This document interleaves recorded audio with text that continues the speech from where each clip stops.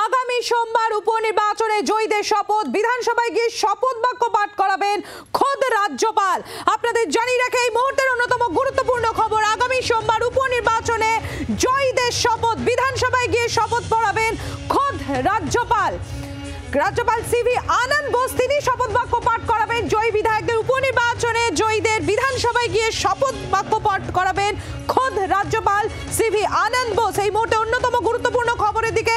নজর রাখবো। এর আগে আপনারা জানেন যে এই শপথ বাক্য পাঠ করানো নিয়ে রাজ্যপাল বরাবরই আমরা একটা টানাপোড়েন দেখেছি, কিন্তু এবার এই যে উপনির্বাচন, সেই উপনির্বাচনে যে জয়ী 6 প্রার্থী তাদের শপথ বাক্য পাঠ করাবেন খোদ রাজ্যপাল সিভি আনন্দ বোস। আগামী সোমবারই জয়ীদের শপথ গ্রহণ এবং আগামী সোমবারই বিধানসভায় গিয়ে শপথ বাক্য পাঠ করাবেন রাজ্যপাল সিভি আনন্দ বোস। এই মুহূর্তের অন্যতম গুরুত্বপূর্ণ খবর আপনাদের সামনে আমরা তুলে ধরছি। এর আগে আমরা দেখেছি বিভিন্ন সময় এই শপথ বাক্য পাঠ করানো নিয়ে রাজ্যপালের মধ্যেও একটা টানাপোড়েন ছিল, কিন্তু এবার অর্থাৎ এই যে উপনির্বাচন হলো, সেই উপনির্বাচনে যে 6 জয়ী প্রার্থী,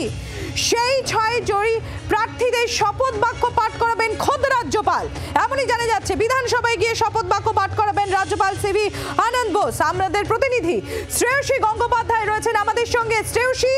আগামী সোমবার উপনির্বাচনে যে 6 জয়ী প্রার্থী তাদের শপথ বাক্য পাঠ করেছেন রাজ্যপাল খোদ, এবং সেটা বিধানসভা গিয়ে। এবারে দেখো, এমনই কিন্তু ইচ্ছা প্রকাশ করেছেন রাজ্যপাল, এবং যেটা জানা যাচ্ছে যে তিনি, যেটা আমরা রাজভবন সূত্রে যেটা জানতে পারছি, যে তিনি সেই বিষয়টা তিনি ইতিমধ্যেই বিধানসভাতেও জানিয়েছেন যে আগামী সোমবার তিনি নিজে বিধানসভায় আসবেন এবং এসে 6 এই যে উপনির্বাচনে জিতে আসা 6 যে যারা বিধায়ক রয়েছেন সেই 6 বিধায়ককে তিনি শপথ বাক্য পাঠ করাবেন, এমনটাই কিন্তু তিনি ইচ্ছা প্রকাশ করেছেন। এর আগে কিন্তু আমরা দেখেছি যে এক্ষেত্রে এই যে শপথ বাক্য পাঠ করানো নিয়ে পরপর দুবার কিন্তু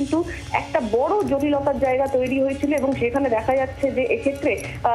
এই জটিলতার জায়গা প্রথমবার রাজ্যপাল তিনি বলেছিলেন তিনি রাজভবনে শপথ বাক্য পাঠ করাতে চান, কিন্তু সেক্ষেত্রে সেই সময় কিন্তু যেটা ক্যান্ডিডেটরা তারা কিন্তু রাজি হননি রাজভবনে গিয়ে শপথ বাক্য পাঠ করতে, যেখানে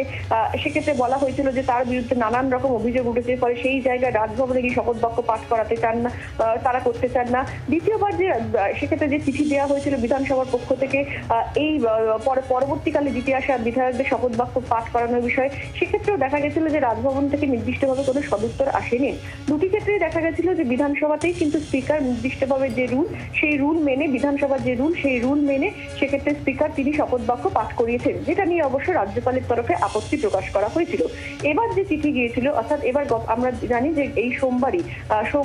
সোমবারই বিধানসভার তরফে একটি চিঠি যায় রাজ্যপালের কাছে, যে চিঠিতে বলা হয়েছিল যে এক্ষেত্রে তিনি শপথ বাক্য পাঠ করানোর ব্যবস্থা করুন, হয় তিনি নিজে করুন বা অন্য কাউকে দিয়ে করান, কিন্তু পাশাপাশি এটাও উল্লেখ করা হয়েছিল যে এক্ষেত্রে প্রথা অনুযায়ী কিন্তু রাজ্যপাল তিনি স্পিকারকে দায়িত্ব দেন, সেই অনুযায়ী স্পিকার তিনি শপথ বাক্য পাঠ করিয়ে থাকেন। কিন্তু এক্ষেত্রে যেটা জানা যাচ্ছে, এখন যেটা রাজভবন সূত্রে আমরা জানতে পারছি, যে এক্ষেত্রে রাজ্যপাল তিনি ইচ্ছা প্রকাশ করেছেন বা বিধানসভাকে তিনি যেটা ইতিমধ্যে জানিয়েও দিয়েছেন, যেটা জানা যাচ্ছে যে এক্ষেত্রে তিনি বলেছেন যে তিনি 6 বিধায়ককে এই উপনির্বাচনে জিতে আসা 6 বিধায়ককে তিনি শপথ বাক্য পাঠ করাবেন, সেক্ষেত্রে তিনি নিজে বিধানসভায় আসবেন এবং বিধানসভায় এসে তিনি এই 6 বিধায়ককে তিনি শপথ বাক্য পাঠ করাবেন, এমনটাই কিন্তু তিনি ইচ্ছা প্রকাশ করেছেন। শ্রেয়সী, এর আগে আমরা দেখেছি যতবার রাজ্য এবং রাজ্যপাল এই টানাপোড়েন হয়েছে, এবং তারপর জাস্ট কিছুদিন আগেই আমরা দেখেছিলাম রাজ্যপাল সিভি আনন্দ বোস তিনি নিজের থেকে মুখ্যমন্ত্রী মমতা বন্দ্যোপাধ্যায়ের কাছে আবেদন রেখেছিলেন যে এবার নতুনভাবে পথ চলা হোক, অর্থাৎ যা হয়ে গিয়েছে এক নতুন শুরু হোক। এটা কি এই যে সোমবার তিনি উপনির্বাচনে জয়ীদেরকে নিজে শপথ বাক্য পাঠ করাতে চাইছেন, এমনই ইচ্ছা প্রকাশ করেছেন, এবং সেটা বিধানসভায় গিয়ে, সেই দিকেই কি আরো সদর্থক পদক্ষেপ? একেবারে দেখো, আমরা দেখেছিলাম যে এর আগে যখনই প্রথমবার, অর্থাৎ সেক্ষেত্রে ভগবানগোলা এবং আমরা যদি বরানগরের ক্ষেত্রে মনে রাখি, সেখান থেকেই কিন্তু এই শপথ নিয়ে যে একটা জটিলতার জায়গা, সেই জটিলতার জায়গা তৈরি হয়েছিল। এবং সেক্ষেত্রে তোমাকে জানিয়ে রাখি যে এক্ষেত্রে কি জটিলতার জায়গা তৈরি হয়েছিল, সেক্ষেত্রে তখন কিন্তু রাজ্যপাল তিনি বলেছিলেন যে যখন ভগবানগোলা এবং বরানগরের বাই ইলেকশনে 2 জন জিতে এসেছিলেন বিধায়ক হয়ে এসেছিলেন 2 জন, তাদের ক্ষেত্রে দেখা গিয়েছিল যে তিনি বলেছিলেন যে তিনি তাদেরকে সেক্ষেত্রে রাজভবনেই তিনি শপথ বাক্য পাঠ করাতে চান, পাঠ করানোর ব্যবস্থা করতে চান। কিন্তু সেই জায়গায় দেখা গিয়েছিল যে বরানগর এবং ভগবানগোলা তারা জয়ী প্রার্থীরা তারা কিন্তু তাতে রাজি হননি, বরঞ্চ আমরা দেখেছিলাম দীর্ঘদিন তারা বিধানসভা চত্বরে যে আম্বেদকর মূর্তি রয়েছে সেই আম্বেদকর মূর্তির নিচে তারা অবস্থান বসেছিলেন, ধর্নায় বসেছিলেন এবং শেষ পর্যন্ত দেখা গিয়েছিল যে এক্ষেত্রে নির্দিষ্টভাবে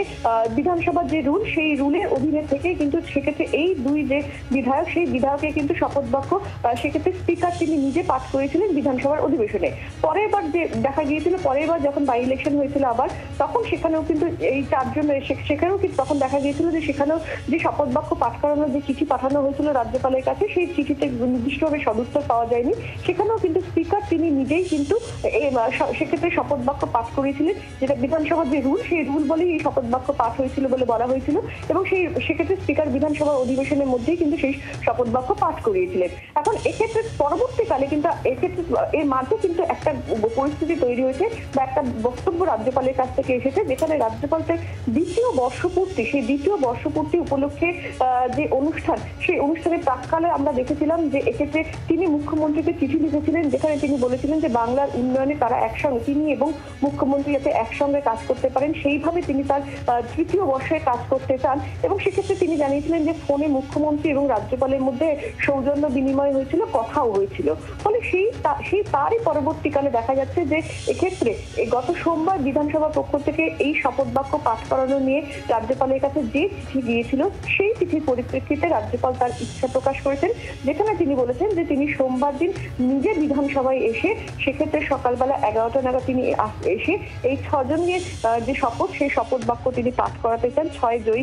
যারা প্রার্থীরা রয়েছেন তাদের শপথ বাক্য তিনি নিজে বিধানসভায় এসে পাঠ করাতে চান, এমনটাই কিন্তু তিনি ইচ্ছা প্রকাশ করেছেন। তোমাকে এর একটা ঘটনা পরম্পরায় তোমাকে জানিয়ে রাখি, যখন ভগবানগোলা এবং বরানগরের বাই ইলেকশনের সময় যে পরিস্থিতি তৈরি হয়েছিল তখন কিন্তু স্পিকারের পক্ষ থেকে একটা চিঠি পাঠানো হয়েছিল রাজ্যপালের কাছে, যেখানে তিনি আবেদন করেছিলেন যে রাজ্যপাল যদি নিজে এসে শপথ বাক্য বিধানসভায় পাঠ করাতে চান তাহলে তিনি সেটা করাতে পারেন, স্পিকার তাকে স্বাগত জানাবেন। কিন্তু তারপরেও কিন্তু পরিস্থিতির কোনো পরিবর্তন হয়নি, বরঞ্চ দেখা গেছিল যে রাজভবনেই শপথ বাক্য পাঠের যাবতীয় আয়োজন করা হয়েছিল।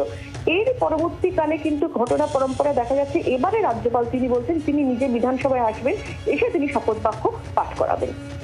অনেক ধন্যবাদ শ্রেয়সী। আমরা কথা বলছিলাম, আমাদের প্রতিনিধি শ্রেয়সী গঙ্গোপাধ্যায় ছিলেন আমাদের সঙ্গে। আপনাদের আরো একবার জানাবো, আগামী সোমবার উপনির্বাচনে জয়ীদের শপথ আর বিধানসভায় গিয়ে শপথ বাক্য পাঠ করবেন খোদ রাজ্যপাল সিভি আনন্দ বোস। এর আগে এমনই খবর পাওয়া যাচ্ছে রাজভবন সূত্র মারফত, এবং এর আগে জয়ীদের শপথ বাক্য পাঠ নিয়ে আপনারা জানেন যে বারবার রাজ্যপাল সংঘাত বাঁধে, তবে এবার বিধানসভাতে গিয়েই শপথ বাক্য পাঠ করাতে চান রাজ্যপাল সিভি আনন্দ বোস, এমনই সূত্র মারফত খবর।